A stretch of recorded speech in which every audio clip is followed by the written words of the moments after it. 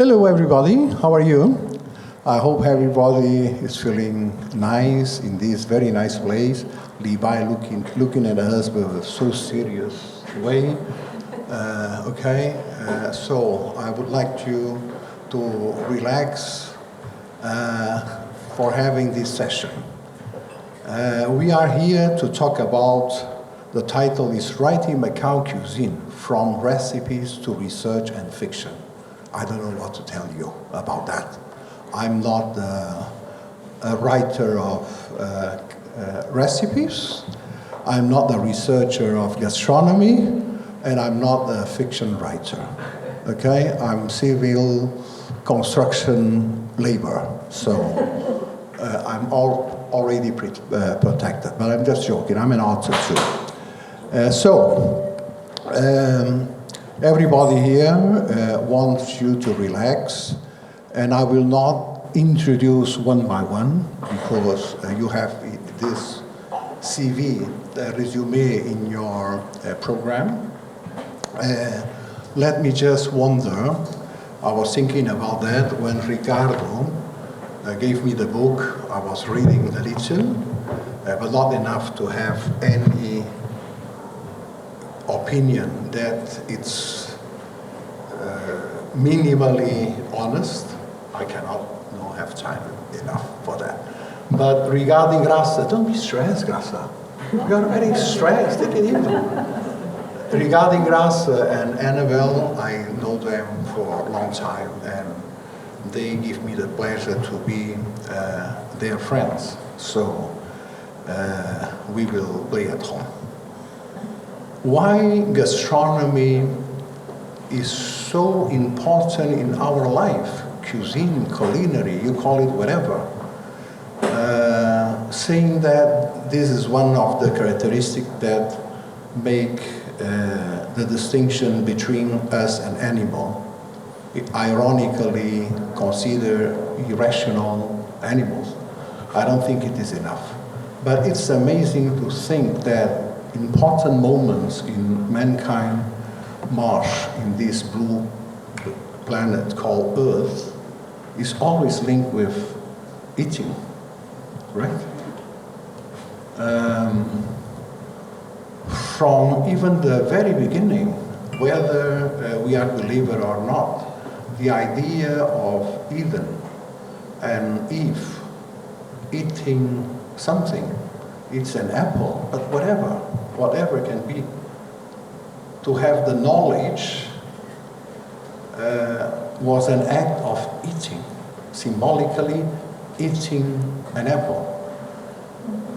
If it's a serpent or other thing to provoke her, it doesn't matter, but it was an act of eating. And also, as you know, the pre-Columbian cultures, namely Aztec, but not only, the representation of their Eden, when they were also out of Eden, the first pre-Columbian man brought in one arm, in one hand, his woman, a woman, and in the other arm, a branch of cacao. So why cacao? Did you ever think about that? Cacao that the Spanish introduced afterwards, after early 17th century in Europe, but the Spaniard didn't make it so exquisite as the French did it. But why a woman and cacao? We have to think about that. Always related with the pleasure of eating. But I'm here not to share my ideas. I'm here to moderate your ideas among the people attending this lovely section. So may I start with Graça, Pacheco, Jorge, because the subtitle, I didn't write that, the organizers are responsible of this, is From Recipes to Research and Fiction. So recipes is with you, because Graça has published book, the book, the first book I think she published, I was the editor, right? It was in Portuguese. You were at IC at the time. Yes, I have official position in that time. Hopefully, I don't have already. But it was a pleasure to publish her book. Big book with beautiful pictures of the early 20th century of your grandfather's house, with beautiful recipes. And I was also lucky enough to try her food at her home in Lisboa, in Lisbon, Capital Rica, right? So you can say whatever you like, but I suggest that you talk about recipes because you are a practitioner, you lecture also in Macau IFT, the Institute of Tourists Training, which is very high ranking now in Asia, you know? So the floor is yours. May I suggest a warm applause to Graça.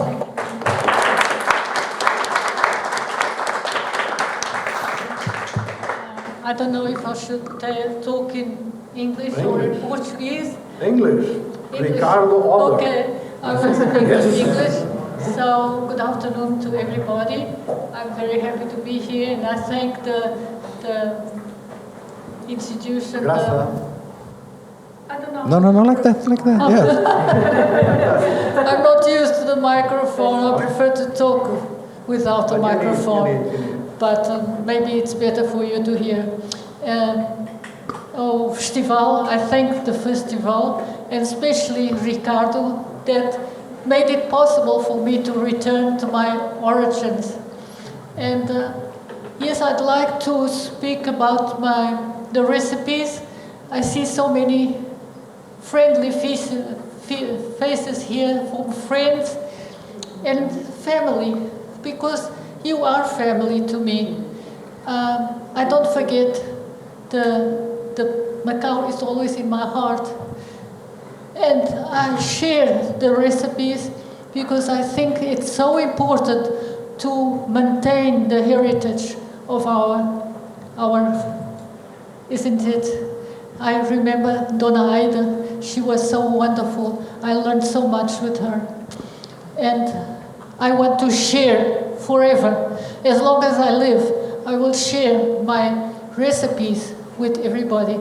And I hope that the future generation, that's my hope, that the future generations will know that we have a special gastronomy and the recipes of my family, because I have inherited the manuscript recipes of my grandmother, my mother, and my aunts, and that's what I'm passing on. And I hope that the future generation will have something left to remember Macau and the gastronomy. Thank you so much.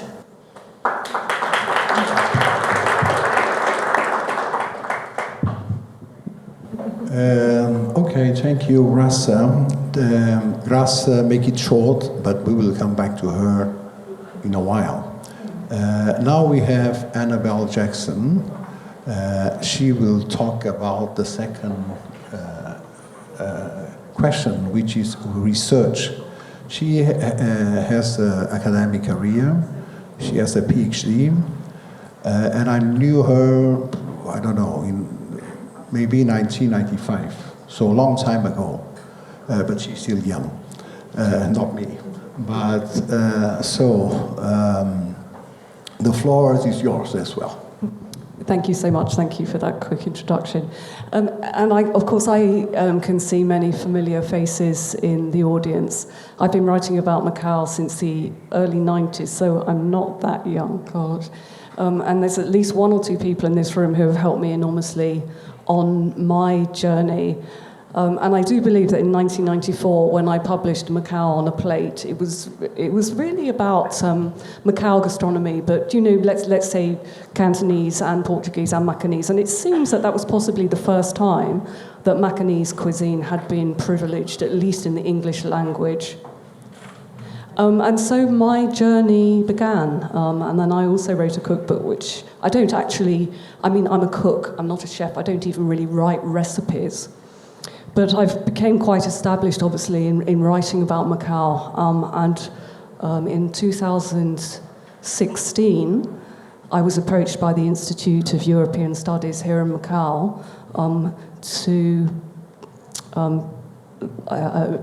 get funding for a project that linked East and West cuisines. And clearly that project was about Macanese, but it was a proper, quite intellectually rigorous research project, the kind of thing that I hadn't done before because I was doing much more consumer writing. So this was quite a rigorous piece of research. And I decided to pitch it thus, that more Macanese live in the diaspora than in Macau now. And what happens to a cuisine when it's moving, you know, to Sydney, to San Francisco, to Sao Paulo?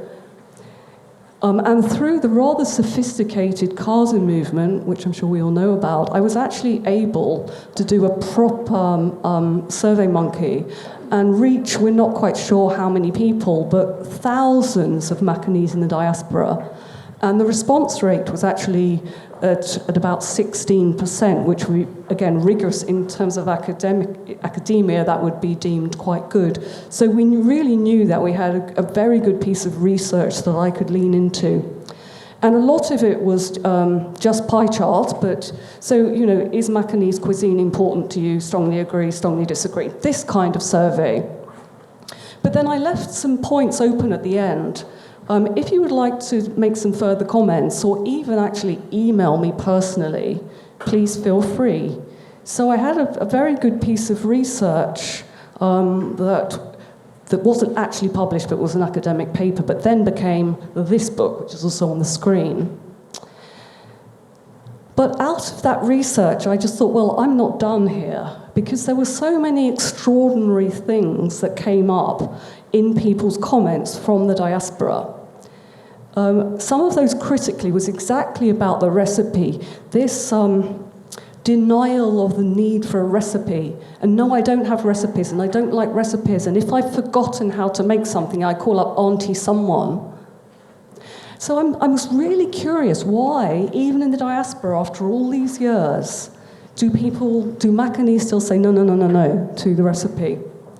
And in the context of that, I could see how incredibly entrenched gastronomy was in the Macanese identity, to have almost become synonymous with Macanese identity. So even I eat Macanese food once a year, which I'm guessing is probably at the Casa at Christmas, it's so important to me.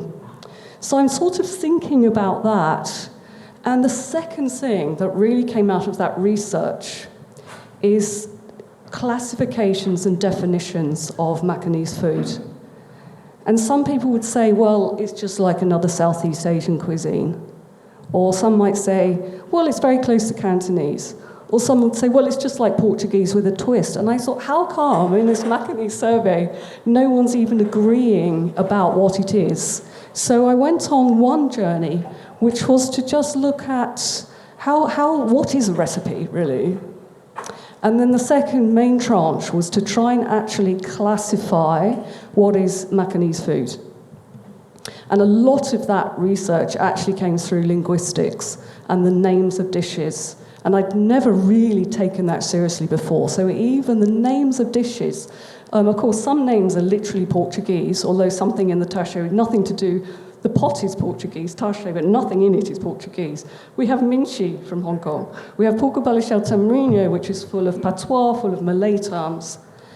And so I was really, really able to trace back the origins of Macanese cuisine, which is more complex even, I think, than just being parts of Portuguese colonial influence in the culinary field, culinary conversations in Asia. It's much broader than that. And in this way, I think academically, I'm coming beyond a person who knows a lot about food and wine to someone who really is actually being an anthropologist or a sociologist and actually looking at culture through the lens of cuisine, which was a very great place for me to be, actually. And of course, I'm looking at then Macanese cuisine in the diaspora. What is happening to Macanese cuisine in post-colonial Macau today? which of course is a huge other divergence to look at. So a lot of my research in my PhD, which was published last summer, is to investigate that. And I'm finding quite a troubling picture. I've been interviewing over the years, even right to the last few weeks before I actually submitted my final PhD submission, about the invisibility of Macanese cuisine in Macau, and how lots of people in Macau don't even know what it is, and people who should know better, like people in the hotel industry, will casually say this dish is Portuguese or this dish is Macanese, or not even bother to distinguish between those. And for everything that MGTO says about promoting Macanese cuisine and UNESCO, oh, it's the first fusion cuisine in the world, which is really incorrect and very, very lazy, in my opinion. We still don't have Macanese cuisine here. And my last point before we go to our fiction writer, or maybe we'll come back to something else, is the demise of Cozinha Ida, which, and I was just talking with one of the family members earlier, and it does seem to be a government legal issue, which means that which is probably the best, the oldest, the most authentic, being from Ida and Macanese restaurant in Macau, and the government can't even manage to let that restaurant survive and help that restaurant survive and give it financial support.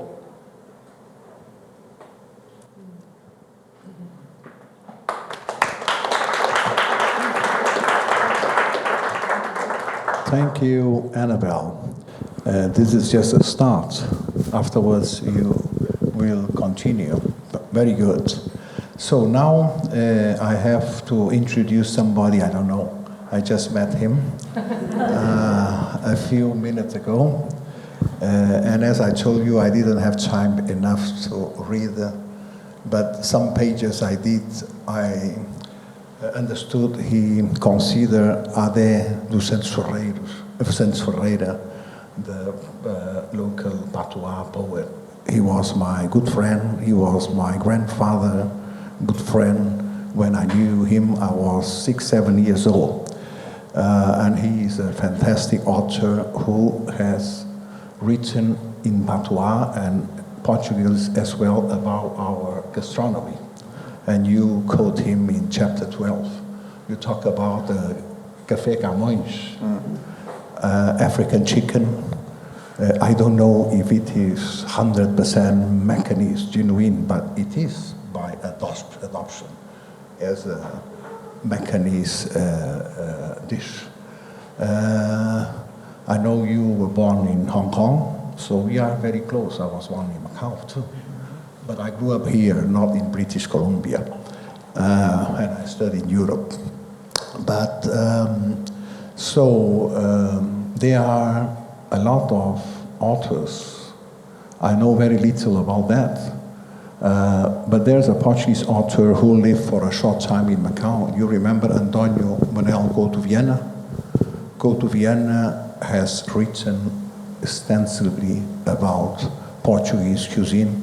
He has collaborated with Maria de Lourdes Modesto.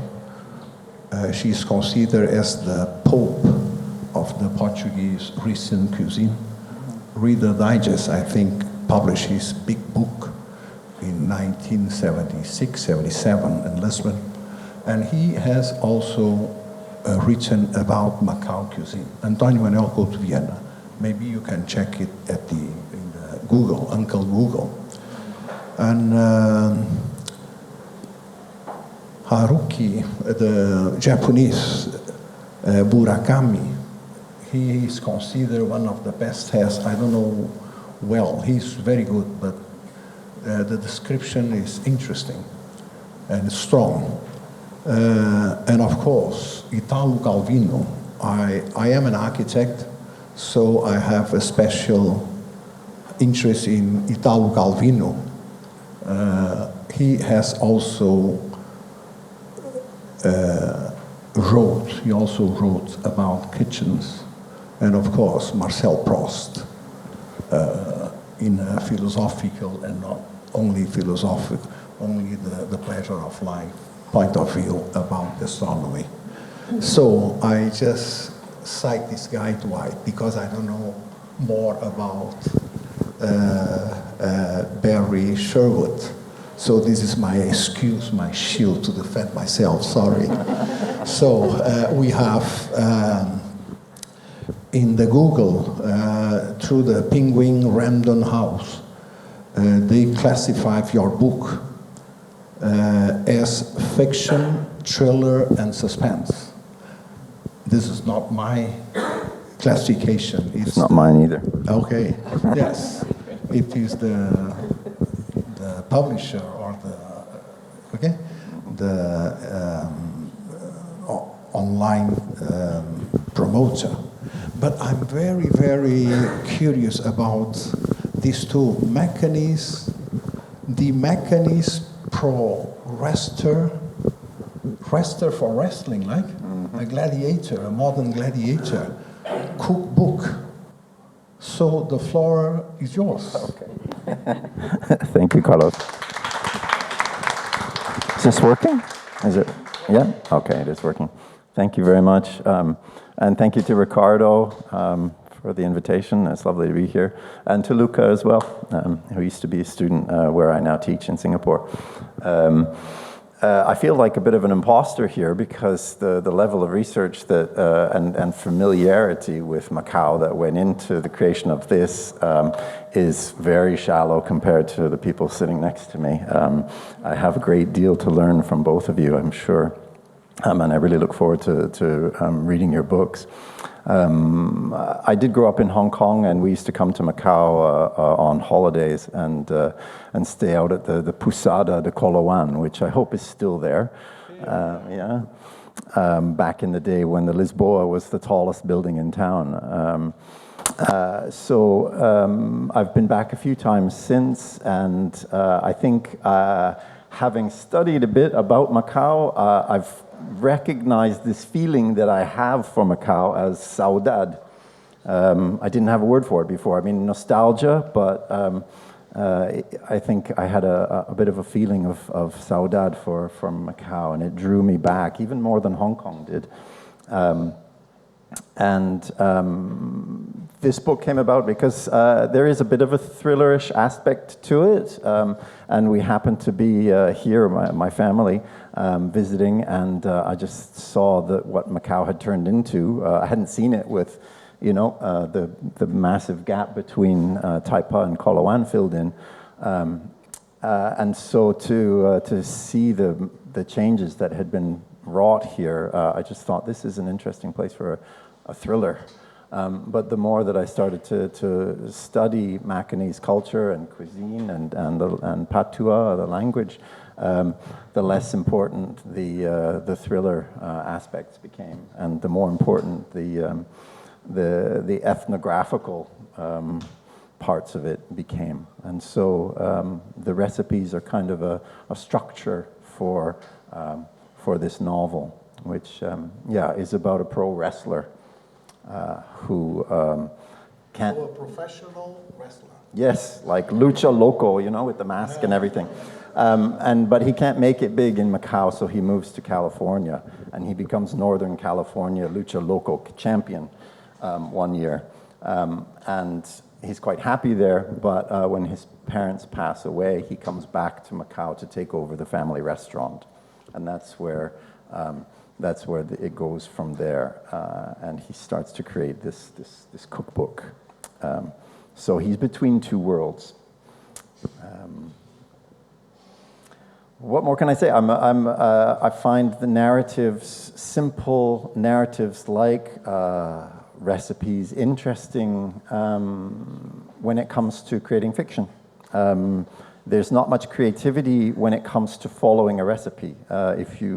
When you want to cook something, you have to follow the recipe, and there's no room for flexibility within that narrative, right? If you want your souffle to rise, you have to do this thing in the correct order. And so I like the idea of someone coming along and sort of having a free hand with that and creating something a bit more creative or different than that basic narrative. I had thought about writing a novel which was all IKEA instructions on how to create furniture, but that was a step beyond. I wasn't capable of that. But when it comes to cuisine, there's so much that flows into it. It's so important to our sense of self and our sense of place and who we are, that it was very easy to do and very fun. And I ate an awful lot. I came back here to Macau and walked and ate like 4 or 5 lunches, you know, just so I could eat all of the different things. Yes. What can I say? I can read a passage, yeah. A short passage from the beginning. I won't bore you with the actual recipes, but and you'll have to. I mean, the recipes work. I've tested all these recipes. Whether they're genuine Macanese, I'm not sure. A little context. The character's name is Zeke, and he's a very big man. He's a pro wrestler, and he's returned to Macau to look after the family restaurant. Okay. I know all the old recipes. I grew up in the family restaurant, and some of my earliest memories are of my Mai giving me little chores to do in the kitchen. Washing clams, grinding peppers, kneading dough, grinding dried shrimp for balichao. She made me touch, smell, and taste everything. Last year, when I came back to Macau, all Mai's handwritten recipes were still there in a greasy red folder beneath the chopping block, even more nostalgic than an old album of photographs. As I went through them, I started thinking about how valuable they were, maybe even irreplaceable, and that's when the idea of a cookbook came to me. But this cookbook of mine, it was going to be more than a set of straightforward instructions. It was going to help preserve an entire culture with photographs, stories, interviews, and even a glossary of terms in Patois, the sweet, pure speech of Macau. Patois is a mix of Portuguese, some Sinhalese that the explorers picked up on their way over, a spicy dose of Malay from the Malacca traders, the utilitarian English of the Hong Kong administrators, some Japanese from the poor Kyushu working girls, and the whiplash staccato of Cantonese. Here, have a taste. What's a butterfly? Kopo kopo. What's a flower? Fula. A child? Kianza. Children? Kianza kianza. A local girl from a humble background? Amui. A local girl from a humble background who is no longer a kianza, who leans right over when watering the fula and looks up at you with kopo eyes, amuirona. When she becomes your lover, amochai. Does anyone really speak Patois anymore? That's a question with a sad answer. Day to day, it used to be the whole meal. Now it's a rare and tangy condiment. Pretty soon you won't taste it at all. That's one of the reasons why my cookbook would be so important. An original contribution to Macanese ethnography. Sounds serious and scholarly, I know, but I'm no academic. This book was going to be fun. Who could be a better guide to the cuisine, culture, and the narrow back streets than me, a true filio de terra, one of Macau's most recognizable celebrity sportsmen? His name as a wrestler is Mephisto. Yeah? So, Mephisto was the dominant force in Macau wrestling before I decided to set my sights higher and move to the States. Within 2 years, I was the all-Northern California Lucha Loco League champion. I made my living in California for almost a decade, met my wife Donna, drove a beautiful gold Oldsmobile with a red velour interior to match my mask. It was only when Mai and Pai passed away that I came back to Macau to run the Mar Azul, and my knees were almost shot anyway. And that's when I started thinking about this further evolution of my career. Pro wrestler, to restaurateur, to world-famous cookbook celebrity chef. Picture this. I'm dressed in a kimono, slicing sashimi on the deck of a junk moored in a deserted cove. I'm strolling through an orchard in raw linen, picking bunches of fat lychees. I'm leading the camera through a teeming portside market, a fragrant local pharmacy, or the dank wine cellars of the Portuguese bodegas. I may look like a circus gorilla in tights, but dress me up in chef's whites or an Italian suit, and my lady viewers were going to swoon. Who knows better how to bow and kiss their hands? Who knows better how to keep them amused while the pow rises? Who knows better how to test the melons, crimp the little dumplings, and knead the dough? Like I said, I know all the old recipes.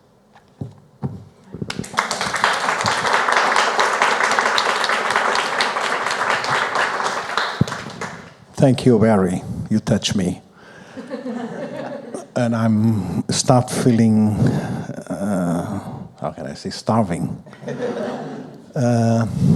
As a matter of fact, Barrie mentioned a word, amujay. I have written here. Amujay, for some of you, maybe you don't know what is it. Amujay, amor, come from Portuguese amor, which means love. Jai is Cantonese, means little child, son, or just when you want to refer to a diminutive, like the Y in English. So, little dog is a gao jai, little table is a toy jai, and so on. So, it is lovely explosive, this word, amujay. Amor, love, and small love, but this is very touching.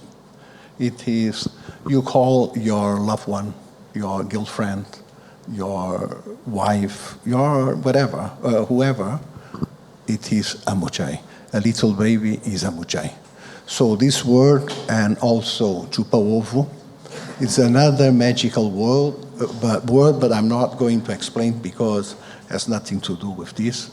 But again, the eating, the mouth, chupa ovo, sucking egg. But this is for another seminar, okay? But amujay, but don't think about fallacious, come on, these things. No, it's much more magical word. When Macanese meet, they meet in the world, in the diaspora, as Annabel also refer, we talk, we don't know, we are so different, you know. More Caucasian, less Caucasian, a little tan in the skin, more Oriental, we are so different around the world.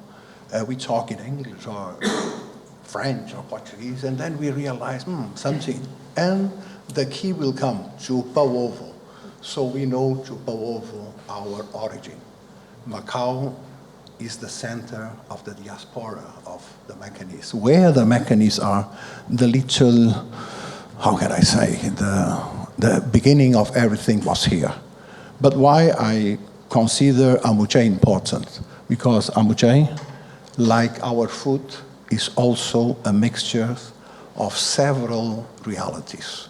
Being the two main matrices, the Portuguese continental and the Chinese of Macau, Cantonese. So the southern food from Song Tak, everybody knows that the Cantonese food origin, the roots are in Song Tak, 1.5 hours from Macau by car, just close to Guangdong, the capital of the Guangdong province. But also with the addition of other realities, like Malacca. You can find there some sweets, some dessert, which is almost 100% like in Macau. Goa, India in general, especially Goa, the dry curry, the green curry. Thailand, the Siam, where Portuguese were a long time there. The Philippines, Java, which is part of Indonesian archipelago today. So all this has been contributed to Macau cuisine. For some, this was a corruption of the original food. I think this is wrong. These attitudes was from positive historian that hopefully have left the time and the space, because comparative history will not accept that as a corruption. It's an enrichment. Every contribution, even acculturation here is considered by today, considered by sociologists, anthropologists as an enrichment of the food, the language, the architecture, the literature, technology even. So, Amuchai, Graça is very Amuchai, in very sense. So you have to talk again now about some Amuchai recipes, these mixtures of different realities. Okay? Yes, I didn't explain later that, for example, my family, my mother's family, from Jorge family, my great-grandmother was from Goa, so I have Indian descendant. And for example, my great-uncle, he was the brother of my grandfather. His wife was from Malacca. So that's why there's a difference between our recipes, because we have different traditions. My family has tradition from Goa, and his brother has traditions from Malacca. That's why we have little differences. But all families have their special recipes. It's normal. And that's what makes this gastronomy so important, so different, so appealing. And like Annabel's, we have been talking about it, and we are hoping that these memories will not disappear. And I will, like I said, I will do my best to continue to work these recipes. They are family recipes. Of course, there will be some introductions. And what you said, it's very important that people that want to come to Macau and taste some Macanese food, they will go to the restaurant, but they have to know, or they have to be told that this dish is Macanese and this dish is Portuguese. Because the people that come, they don't know the difference. We have to explain to them. So that is how it will be known that this dish is typical Macanese and this one is typical Portuguese. And that's very important. And that's what I've been telling my friends here in Macau, that they must explain when they order a bit, they must ask, is this typical Macanese or is this typical Portuguese? Because that's how the Macanese dishes will be known.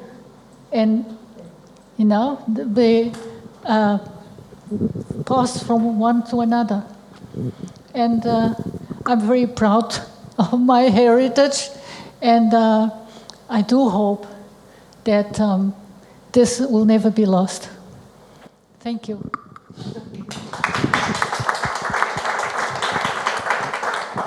Can I ask whether your research for both of you has taken you to Malacca much? Because there is still a small Eurasian community there, and still a little bit of the Kristang language, although not as healthy as it is like Patois. The Portuguese settlement they have, right? Mm-hmm. Yeah, and the festival of San Yes, Pedro. in Malacca they still have they talk in Patois.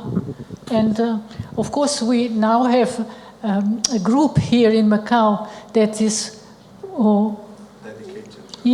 dedicated themselves to making known the Patois, with Miguel Sena Fernandes, Annabel, Richie, so many people, Sonia. Yeah.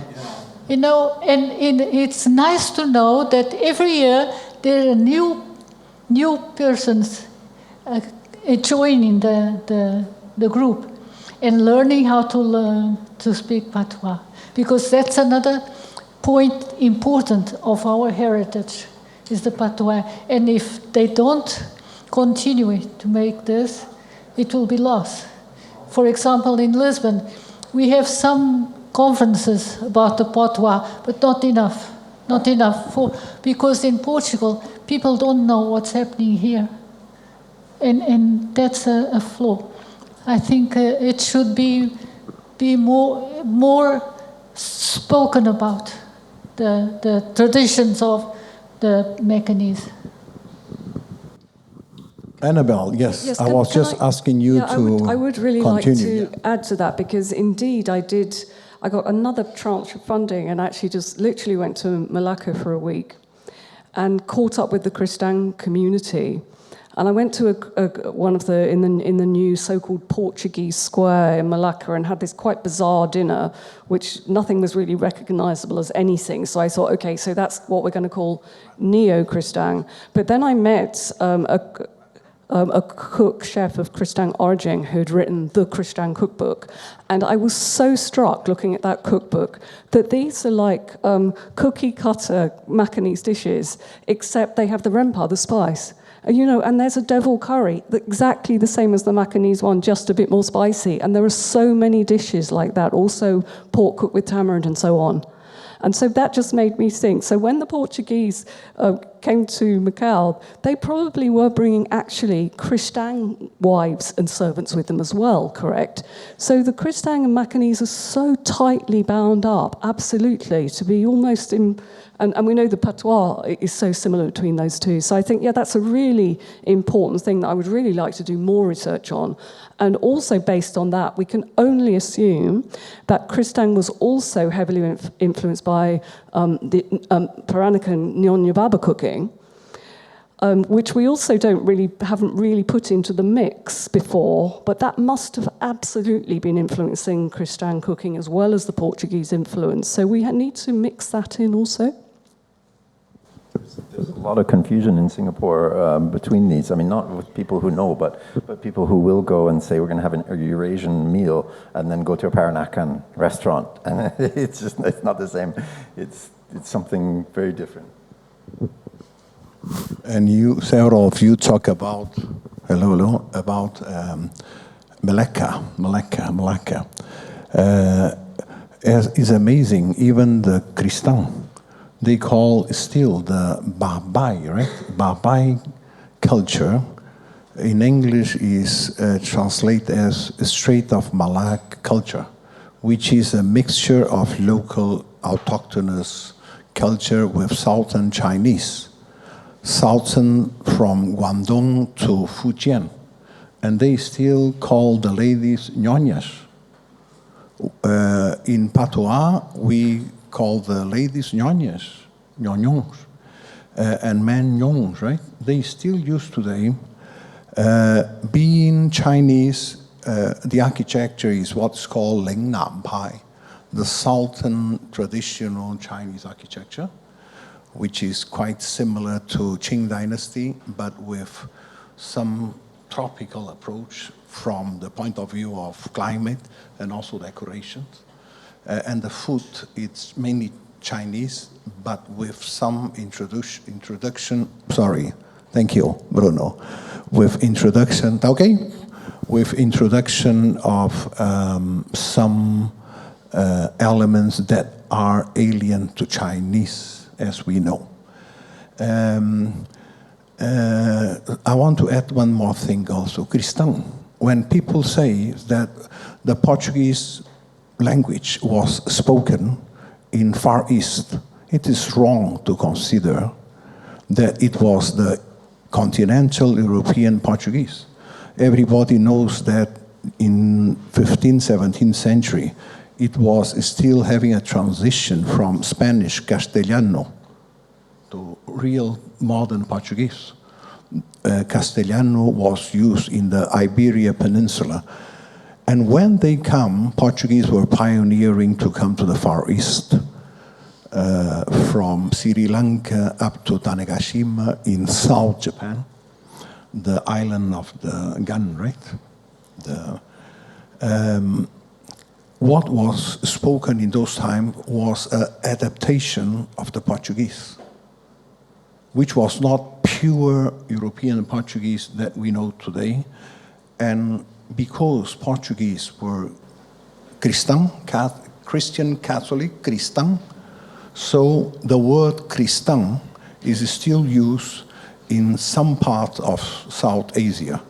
We know well Malacca because they want to keep the tradition, their religious tradition, food, fardo, Portuguese folklore, of course, with other local specific adaptation.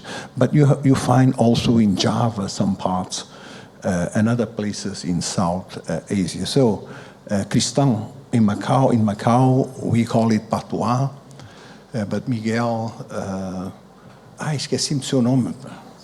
Sonia, Annabel can add more to this. Patois, we use it from the French, right? Means Creole. Cape Verde Creole is quite similar in some aspects to Macau Creole. Papia cristão, we also call it doce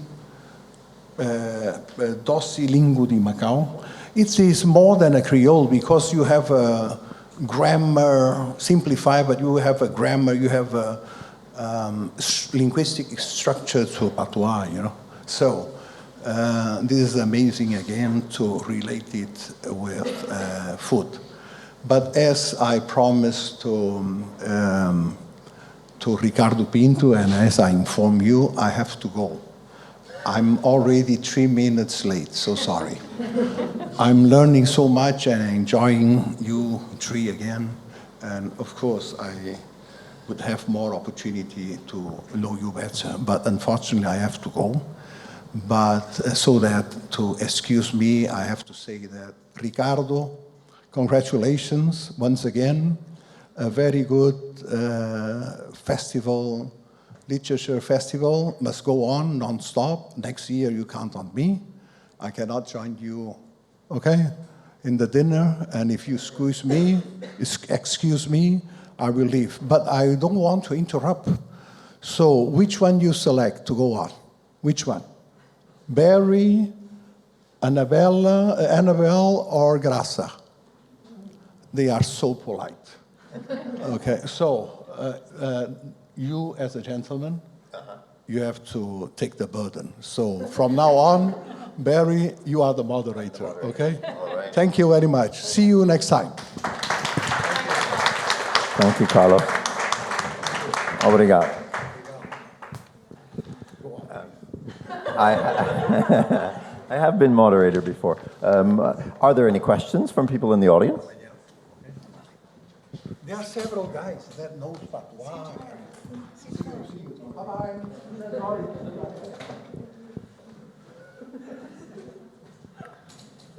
I mean, I could ask a question. I'd be curious, Graça, to hear about the grandfather's house. These recipes.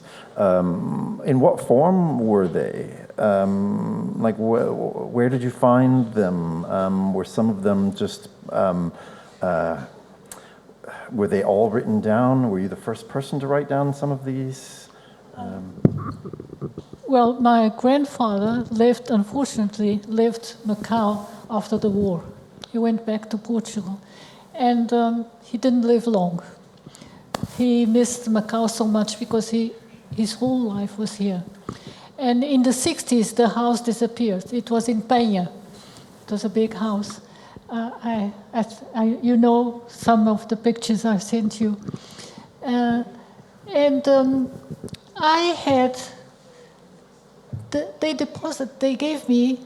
The family gave me the written recipes of my grandmother, and then my aunts and my mother also contributed with recipes.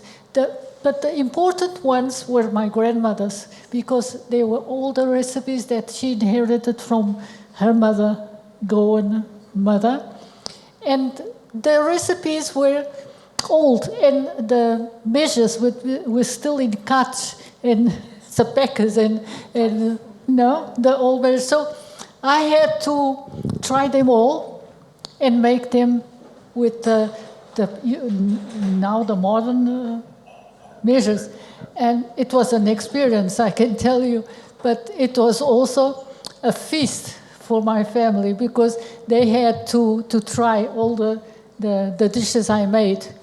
And I think from then on, I never stopped to cook, making these dishes. And beginning with Pedro's friends and colleagues that came to the house, that's when I began to introduce the dishes of Macau, because they didn't know. And everybody was very excited and liked it very much. And really, I'm a lucky one to have inherited this knowledge. I'm a lucky one. And I'm lucky to be able to share them with everybody. Are there any recipes that can no longer be made because the ingredients themselves no longer exist? Well, I only cook in Lisbon, not anymore. Now I'm not cooking very much. But every time a friend asks me, I cook for them. And I have a good friend that came from Macau, Elder Beja, and he has a very nice restaurant in Lisbon. And sometimes I go there and prepare a Macanese lunch. And I'm happy to say that the people that taste the food are very excited. They think it's very tasty, and I'm very proud of it. Questions from anyone in the audience?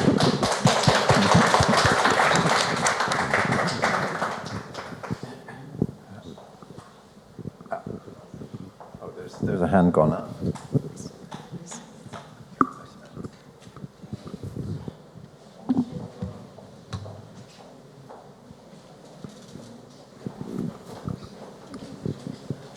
Hello, I am a local in Macau.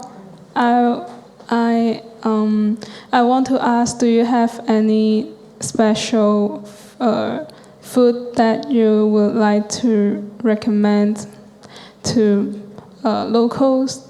Like it's very special in your family recipe, because I am very interested in like what is the difference of your family recipe between to other families, and like different kind of dessert or anything? Yeah, thank you. Well, like I said, the difference, I don't know if it's working, but the difference is from one family to another. The recipes are mostly the same, but every family has a secret and a special ingredient or a special spice. But I would say that everybody knows minchi. I think it's an ex-libris of Macau. But like also minchi, for example, I make in a way, different way than other families. I don't use the egg. I only put the potatoes. There are so many dishes that are special to Macau and special for seasons. For example, for Christmas we have special recipes. For Easter we have another recipe. And but I would say that the most known here in Macau, that everybody that comes to Macau knows minchi. Everybody knows. Okay, thank you. Thank you. This question is actually just for the panel. In putting your book together, was there something that you discovered that you didn't know before in the process of putting it together, whether it's a recipe or kind of a predetermined fact? And if you can share an anecdote or an experience that kind of was a very euphoric experience in putting this project together. Thank you. Well, the experience was very grateful. I was very grateful to be able to experience. And like I said, I had to change all the measurements, you know. And it was an experience because it was difficult to know what a cut or a sapeca meant in actual measures. But I think I managed to make the recipes with the measurements now. And of course I had the help of the family. And also when I came to Macau, Dona Aida I always spoke to her, and she helped me with the recipes. And I think that's the main thing that I did. Can I follow up on that question? I found in my work that on the one hand, I think recipes are so important to preserve a culture, and I've had access to an anthology of about 100 pages, and I believe it was produced by Macanese community in Shanghai, but actually had contributions from the diaspora, and it's manual typewriter. And for me, that's a piece of social history. Because there's all these annotations on it, and there's all the missing ingredients. And if you go through an ingredients list, some of the ingredients aren't actually mentioned in the method, or vice versa. So I thought, well, this is already very interesting because there's secrets kind of in the recipe. And actually, we will kind of write down our recipe, but we know actually what the recipe is. We're just, but, you know, we don't really want you to know because it's our family recipe, not your family recipe. And at the same time, I'm finding that the recording of recipes is critical for the preservation of Macanese culture, but there's also this real tension, I think, that when you actually write a recipe, and maybe not in a book like this, which is very much a family one, but in, for example, the bunch of recipes, I forget, well, that was produced by MGTO and is currently being curated by MGTO. I've tried to get access to that, and I said, okay, we'll tell you the 30 recipes which are in this, but don't share with anyone. So somehow there's this list of 30 recipes which are supposed to be the absolutes of Macanese cuisine, but it's still a secret somehow. And my tension here then is that once you actually have the absolute recipe, you transform a Creole creative culinary exchange process into one thing on a piece of paper, and it's like therein this creative Creole culinary adventure stops. And I think this is kind of interesting in the process while we're trying to preserve Macanese cuisine. I know at least one chef in Macau, who is saying, okay, why don't we use a better cut of pork in this dish? Or can we use like gourmet olives and not canned ones? And a lot of Macanese will say, no, it's not authentic, it doesn't taste the same, it doesn't smell the same. So I'm very, very interested in this process of what is going to happen to Macanese cuisine, because it's as if once you've got a bank of recipes at IFT, it's consigned to the museum. How do we keep it like living and vital?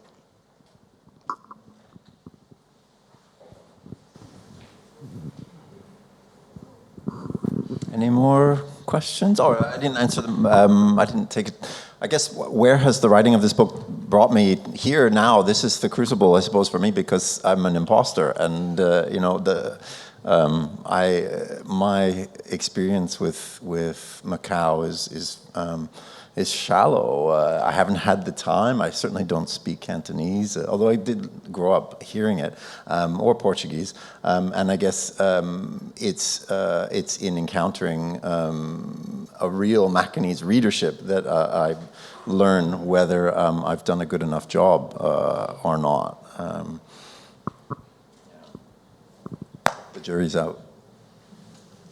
Any other questions? I'm not sure how much time we have, Ricardo.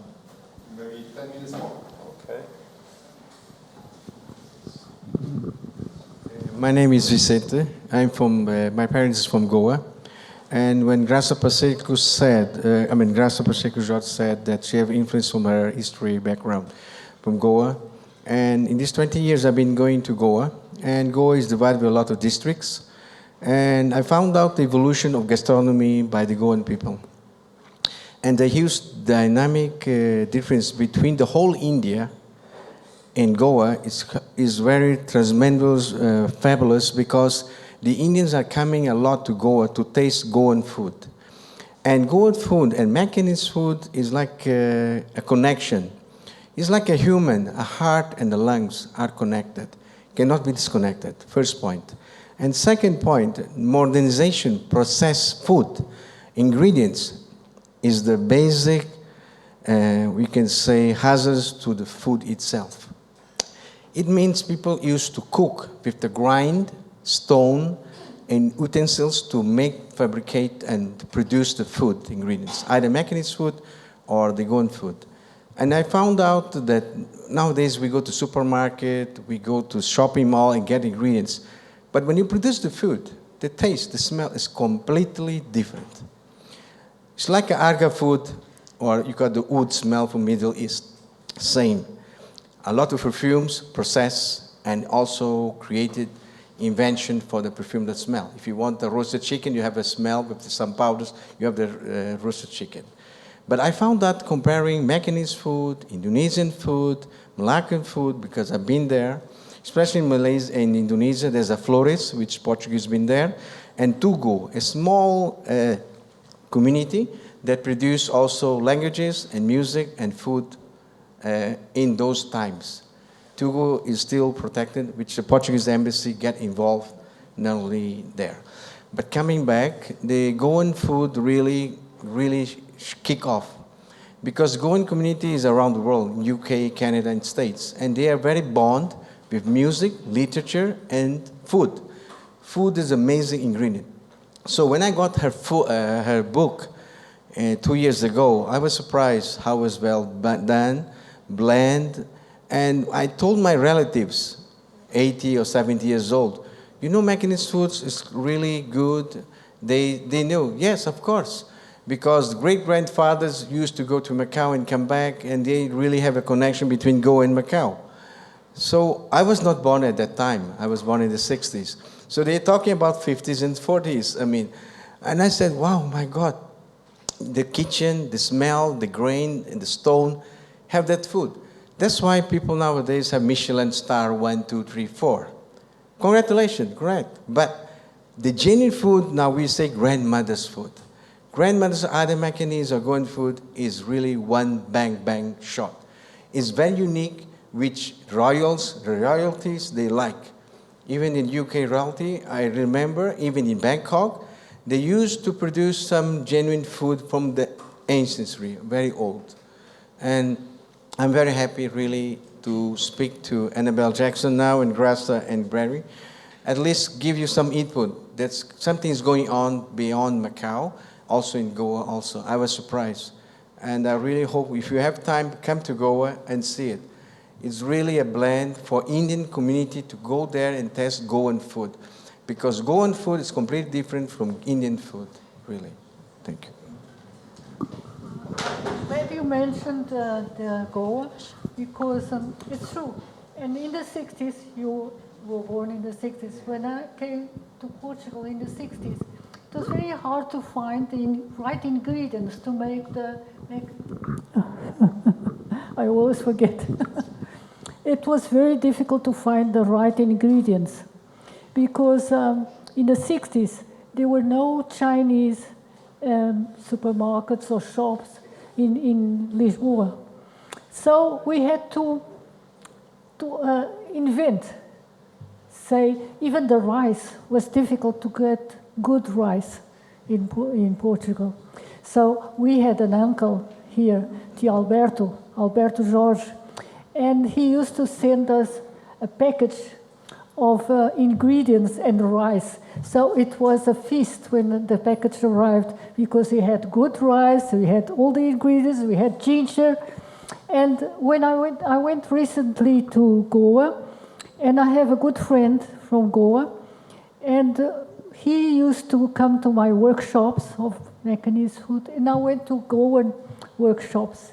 So we worked together, and there are so many similarities, and we feel that we are connected. And now it's easier to cook because we have the right ingredients and we have the some vegetables, not as good as the ones we find here. But we have ginger, we have good rice, and so it's easier now.